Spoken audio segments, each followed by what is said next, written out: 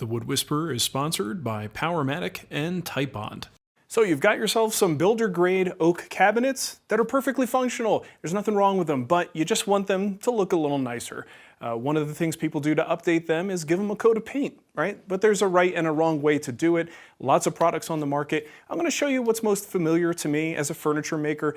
Just as a disclaimer, you might do some research and find some possibly better solutions out there.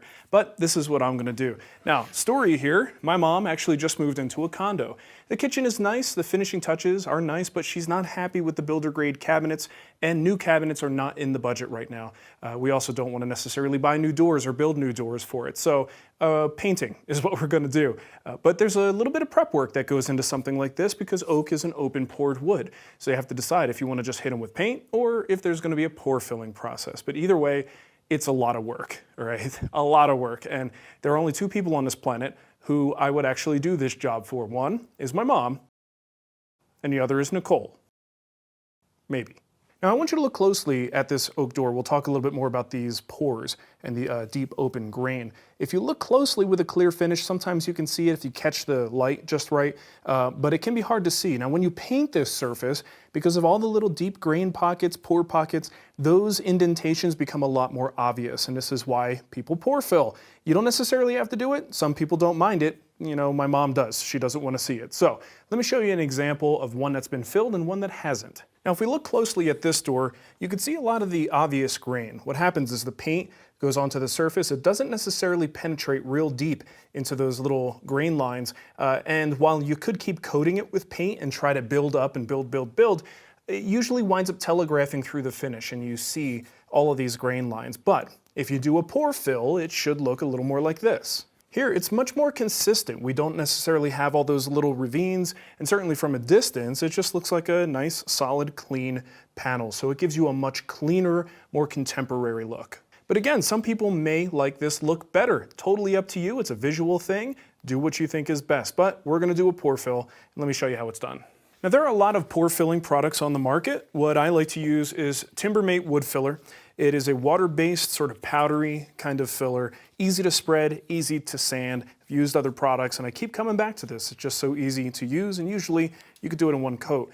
This is actually something you would use to do repairs on wood. It's a very sort of thick consistency, but you dilute it with water until you end up with something like this. It's got a little bit more of a pancake batter thing going on.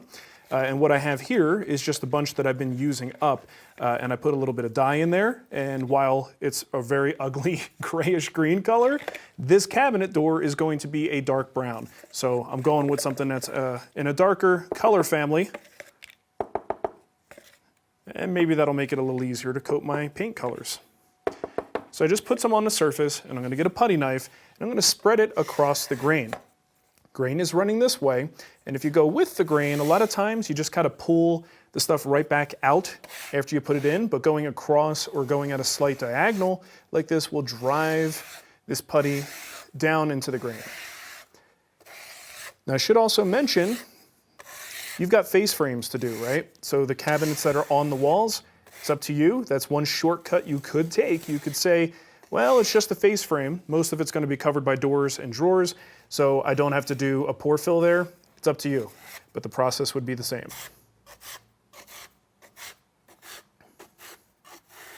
Now you do want to go right up to the edge where the panel meets the rail and stile, but I caution you to be careful there. If you get too much of the schmutz underneath there, you are going to have just kind of a weird look where there's some putty, some not putty, some putty, and it doesn't look great. So do your best to just kind of go right up to that edge and drag it in. And I highly recommend, if you have a small, very thin putty knife, bring it across here and just clean that out when you're done. You can see a little bit goes a long way. Now, you might be tempted to just do the panel, but I highly recommend you do the frame as well, because that can look bad too. I'll show you a cool little trick here. As we're going across, getting this frame done, it's okay to be messy. You know, see that little spillover? That's fine, we want that. Same thing on the outside profile. Now, because we have a fairly complicated inner profile and a outside profile here, the putty knife can kind of be more trouble than it's worth in here. You could also gouge the wood. So what I like to do is just take that little bit of extra material and use your finger and spread it across. Try not to get too much into the corners and into the inside corners like that. That could be kind of a pain in the butt to sand later. And it's really what you have to keep in mind. Everything you're doing right now is going to be a problem in a few minutes when this dries and you have to sand it back. So, maybe do one, learn some lessons, and then apply what you've learned to the rest of them. You might figure out some cool tricks to save yourself some work in the sanding process. Now, it does set up and dry pretty quickly. As that happens, if you want, you can come back over and scrape one more time. And a lot of times that's a good way to save yourself some sanding later. We're getting some of that excess off. Or if you're not comfortable doing that, leave it alone. It's very easy to sand this stuff later. All right, let's do our other style over here.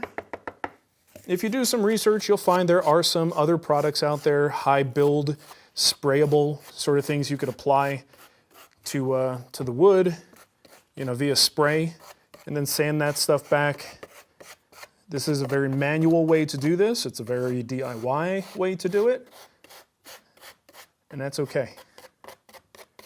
The thing to keep in mind here is I'm really not shooting for absolute perfection. I want to do something that's just better. I want it to look better than it did.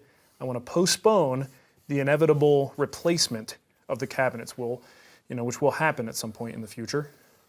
But if I could buy her 5 years, 10 years with something like this, that's what we're going for. And you don't need absolute perfection for that, but if you've got the skills and the materials to make it perfect, then go for it. Now you can see how much time I'm spending on this already. And this is one door. Okay, multiply this over the course of 20 doors and drawers, 30, depending on the size of your cabinets.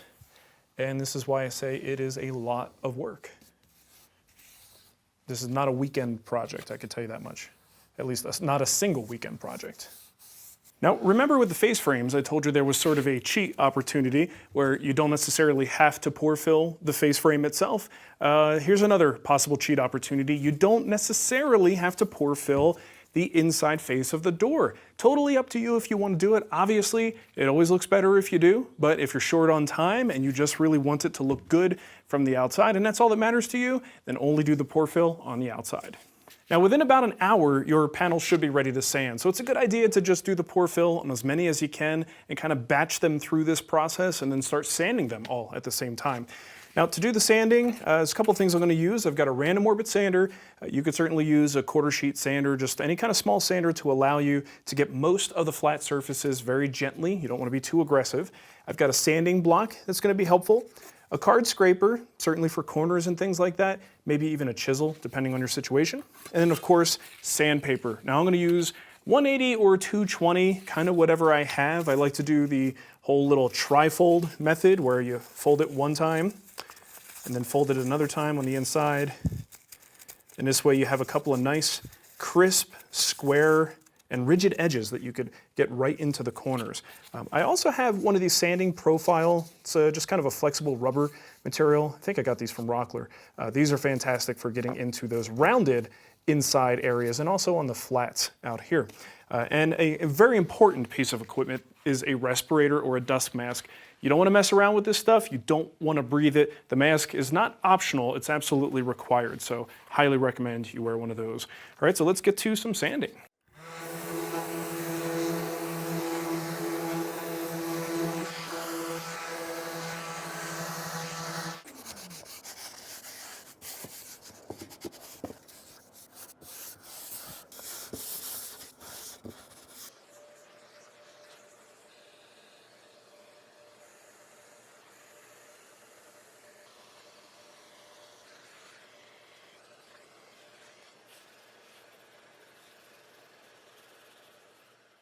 So that's a pretty ugly looking door.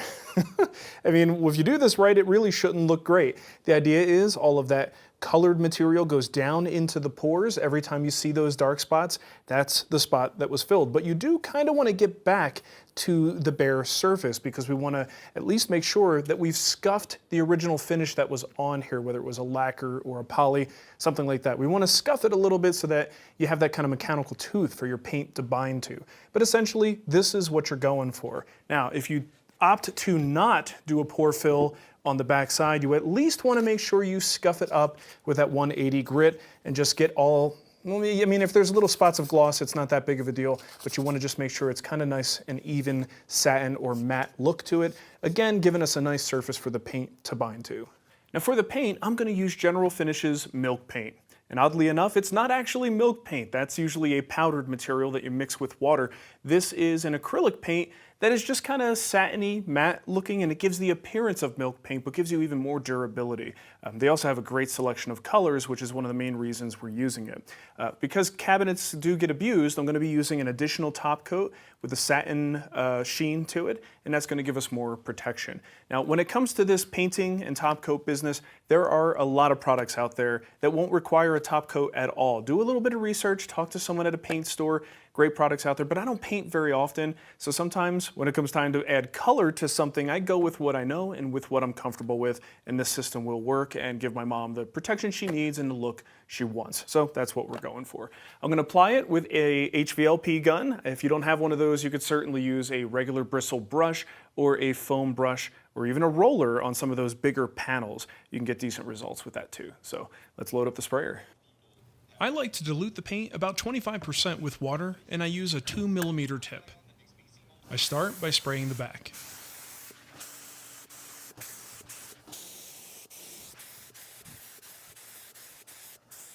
While General Finishes milk paint isn't actually milk paint, you can see how matte the dry film is, very much like traditional milk paint. After a few hours of dry time, I flip the piece over and spray the front with 2 coats. Once that's dry, I apply a clear coat of high performance. I dilute the finish by about 10%.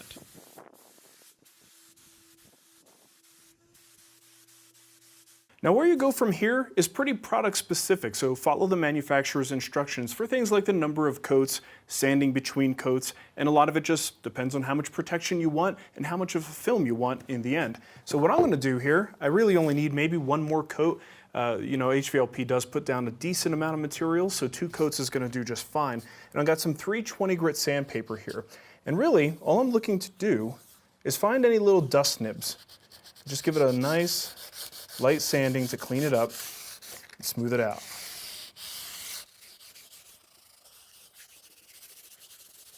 Now this is really more tactile than visual. I'm not too worried about how it looks. I just want to make sure I don't have any grit or anything in the surface.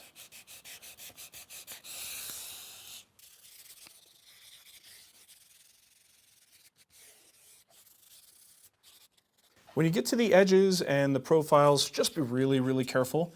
It's all too easy to dig through your finish and go right through the paint. So only sand where you need to, and then have a light touch while you do it. And finally, clean off all the dust with a vacuum or compressed air.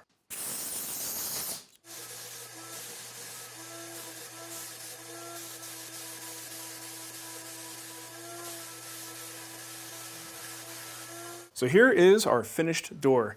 You know, not too bad. It's absolutely not perfect, but I think it's good enough. I think my mom will be happy with it. It's a nice satin finish with that clear coat on top that allows it to be clean. You got to remember, if you do something like General Finishes milk paint that ends up as a matte finishes don't really hold up that well to cleaning. They show scuff marks. It's very obvious when stuff happens to it. So something with a little bit of a sheen allows it to be cleaned very easily. And overall, you can see the pour fill makes a big difference in how much of that grain you see in the final result. I mean, you could still tell it's made of wood. You see some of that grain, but it's definitely not as obvious. All right, so I had a whole kitchen's worth of these doors and drawers to do in 2 different colors. And while this really isn't a kitchen makeover video, I do want to show you what it all looks like installed at my mom's house. So let's go check it out. So here's what it looked like before, and here's the after. The first thing I did was add a support strip to the top, and that allows me to attach some crown molding. Such a simple thing, but it really makes a big difference in the final look of the kitchen. From there, I painted the face frames and the island by hand. I really didn't want to spray inside the house, so with a good quality brush, you can end up with absolutely minimal brush marks. Here's Jay and I slogging through the pour filling process. By the way, this was Jay's last project with me, and he's heading back to Missouri. It was a great year, Jay. I'll miss having you around. So I painted the doors one color at a time, starting with the upper linen color, and then the dark chocolate for the lowers. Now I know some of you will take issue with painting wood, and I get it, but not all wood is created equal. In fact, you should see how much perfectly good wood they used just to build this place, only to cover it in drywall. But seriously, this paint job updates the kitchen and extends the useful life of the cabinets by years. In the end, it's what my mom wanted and she's happy, and that's all that matters. You can do whatever you like with your cabinets when the time comes. Thanks for watching.